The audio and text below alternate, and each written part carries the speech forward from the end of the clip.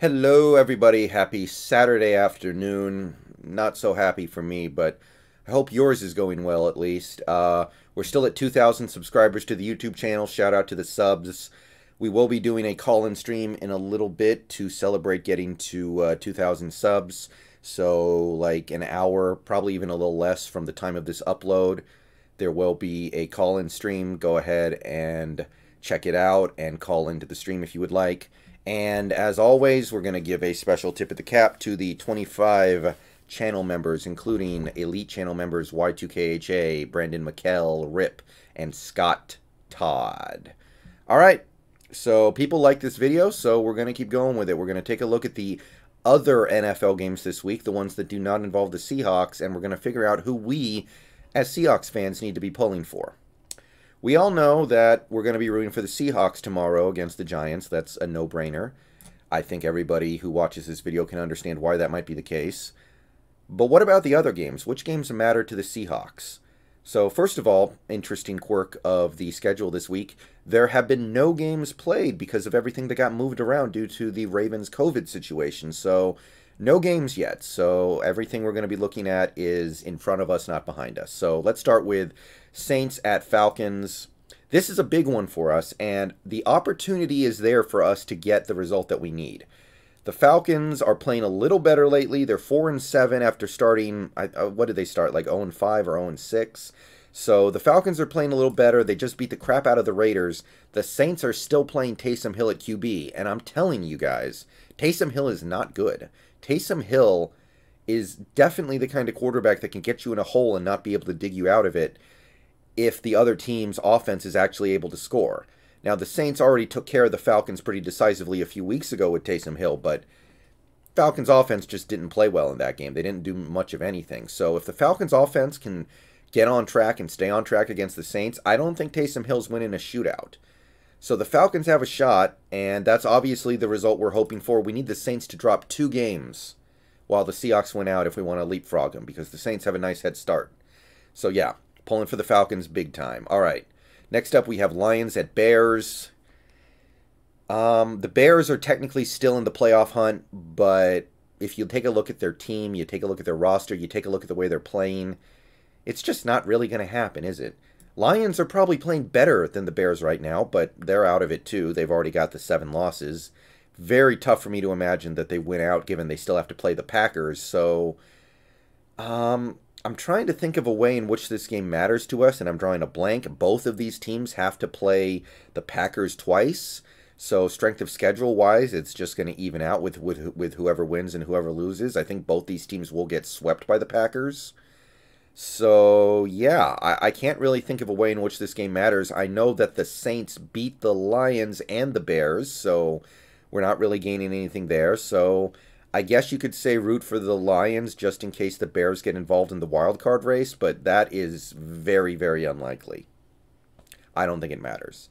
Okay, moving on, we got Browns at Titans. This game, hard for me to believe this one's going to matter very much for us. These are 2 AFC teams. It's a good game. Good game. Going to be very interesting to see if the Browns are for real or not. Going to be interesting to see how the Titans are doing after losing Taylor Lewan. They're slowly starting to get it together. Can they beat a decent Browns team? However, if I had to try to say we should root for somebody, I would say we should root for the Browns because the Titans are going to play the Packers. So we want that strength of schedule to be as weak as possible when we get into tiebreakers with the Packers. So the worse the record the Titans have, the weaker the strength of schedule for the Packers, the better for us. So yeah, rooting for Cleveland. Next up, Bengals at Dolphins. This one should be pretty simple. We're rooting for the Dolphins because we beat the Dolphins. Strength of schedule dictates that if the Dolphins are good, then our win against them looks even better and is more valuable. So we are rooting for the Dolphins to win as many games as possible because that is one of the good teams that we actually beat this year.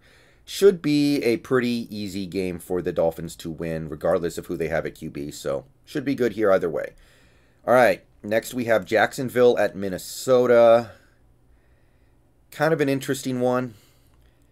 The Vikings are not dead in the playoff race yet, and it's not out of the question. They end up competing with Seattle for a wildcard spot, but it's highly unlikely. Vikings would kind of have to win out just to have a chance to be in a dance with the Seahawks in a wild card battle. So I actually think we want the Vikings to win for two reasons. One, the Seahawks beat the Vikings, so good for strength of schedule. And two, Jacksonville played Green Bay. So the worse their strength of schedule is, the better for a potential Green Bay tiebreaker. You could make an argument that we want Jacksonville to win to knock the Vikings out of the playoffs for good, but I just think it's really unlikely the Vikings are going to get involved. So, yeah. Vikings may make the playoffs, but I doubt it'll be over us at this point, because not only do we only need to win 2 more games in order to guarantee a tie with them, or Vikings lose 2 games, but we also own that tiebreaker. All right, moving along, we have Raiders at Jets. The Raiders beat the Saints. I know that. So the Raiders and Saints played. So in that way of thinking, the Raiders losing makes the Saints loss to the Raiders look even worse. However, I don't really want to get my hopes up in this game because they are playing the Jets after all. That being said, the Raiders are traveling all the way to New York, coming off that embarrassing loss to the Falcons. So this might be the Jets' best and maybe only remaining chance to get a dub. So I'm not counting it out, and I think it slightly plays to our advantage. Now, we play the Jets, and so do the other teams in our division. So the Jets being 0-16 is pretty cancerous on the strength of schedule of us, and also on the other teams in the division. So you can also argue we need the Jets to win so our strength of schedule goes up a little bit, but yeah, that's the best I can do for this game. I think we actually want the Jets to win, and this may be the Jets' window of opportunity to steal 1 dub. This might be their best shot. Okay, now we have Colts at Texans. I'm not seeing any advantage here. Both teams played the Packers. So you're not going to get anything out of strength of schedule because whoever wins, the other team loses. Neither of these teams are in the NFC, obviously. I don't see this one mattering. So root for whoever you want to root for. I cannot see this one affecting the Seahawks in any way, shape, or form. All right, Rams at Cardinals. Here's a big one. And I personally suspect the Cardinals have 1 foot in the grave. They've got 1 foot in the grave, and they're just looking to end it. Somebody is going to knock them off in the next 5 weeks and end it. Could be the Rams. They still have to play the Rams twice. They still get another crack with the Niners, and the Niners already lost to the Cardinals, so if Arizona can find a way to win that game, then look out. I'm sorry, if Arizona can find a way to lose that game, then look out below. And I think they still have to play the Giants. That game will not be a gimme necessarily either if Daniel Jones is playing. So if the Rams win, it does knock Arizona pretty much out of the picture. But I think we would rather have the Cardinals win, beat the Rams, knock them into a tie in second place in the division, and allow us to start running away with things. Because the thing is, the Rams, because of their remaining schedule and because of the way they're playing football in general right now, I know they had a bad game against the Niners, but in general, they've been playing pretty well. Because they're playing a lot of their last games at home, are probably going to make a pretty solid push down the stretch. So I think we need them to take as many unexpected L's as possible. And I do expect the Rams to win. So I say we root for the underdog here. Let's go Arizona. Knock them down to your level. All right, next, Eagles at Packers, slam dunk. We're rooting for the Eagles. Now, it's not going to happen, but I am rooting very much for the Eagles to get a win over the Packers, knock them down a game below us if we win. And, yeah, I'm not really going to be holding my breath on that one, but we're rooting for it. Okay, Patriots at Chargers. Chargers played the Saints. So, strength of schedule-wise, we want the Chargers to be as bad as possible. Patriots played us. We beat them. Either way, they played us. So, we want their strength of schedule to be as good as possible, so it looks good that we beat them. So, I say we root for the Patriots. Again, not going to matter a ton, but it might matter a little. So, rooting for the Patriots. Sunday Night Football now. Not a very good game. Broncos at Chiefs. I don't think this really matters to us at all. Root for whoever you want to root for in this one. I can't see any way it affects the Seahawks.